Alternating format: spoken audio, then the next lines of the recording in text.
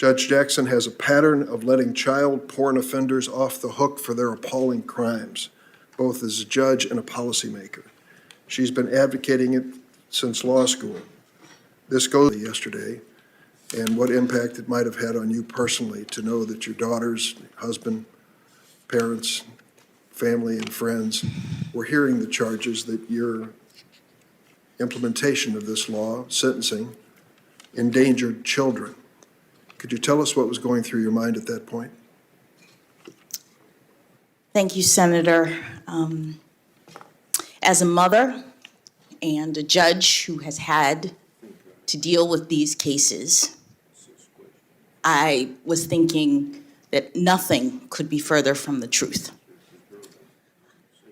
These are some of the most difficult cases that a judge has to deal with because we're talking about pictures of sex abuse of children.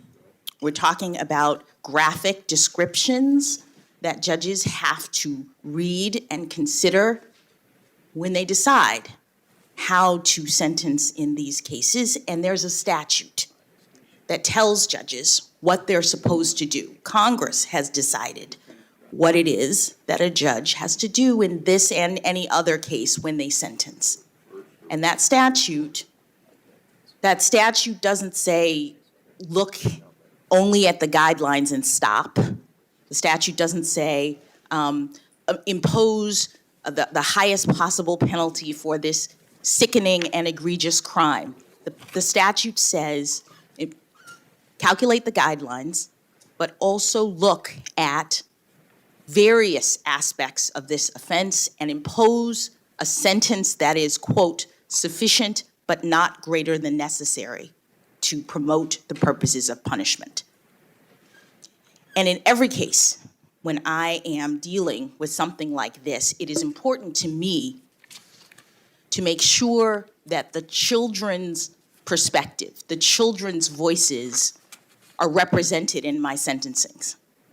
And what that means is that for every defendant who comes before me and who suggests, as they often do, that they're just a looker, that these crimes don't really matter, they've collected these things on the internet and it's fine, I tell them about the victim statements that have come in to me as a judge.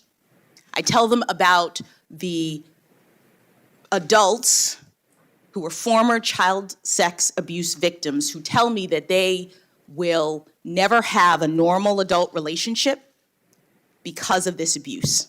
I tell them about the ones who say, I went into prostitution, I fell into drugs because I was trying to suppress the hurt that was done to me as an infant. And the one that was the most telling to me, that I describe at almost every one of these sentencings when I look in the eyes of a defendant who is weeping because I'm giving him a significant sentence. What I say to him is, do you know that there is someone who has written to me and who has told me that she has developed agoraphobia? She cannot leave her house because she thinks that everyone she meets will have seen her pictures on the internet. They're out there forever. At the most vulnerable time of her life, and so she's paralyzed. I tell that story to every child porn defendant as a part of my sentencings so that they understand what they have done. I say to them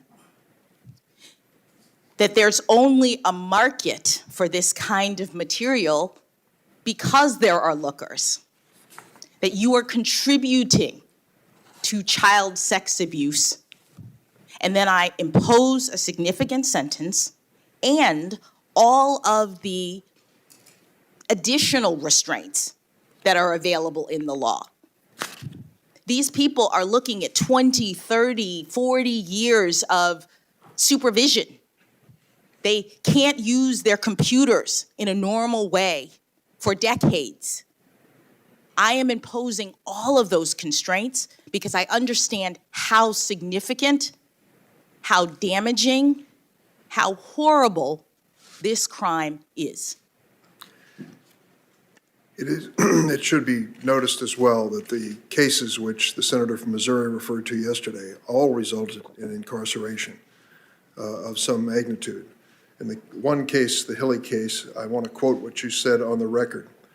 This family has been torn apart, speaking to the defendant, by your criminal actions. You saw it on the faces of those women, you heard it in their voices, and the impact of your acts on those very real victims who are still struggling to recover this day makes your crime among the most serious criminal offense this court has ever sentenced.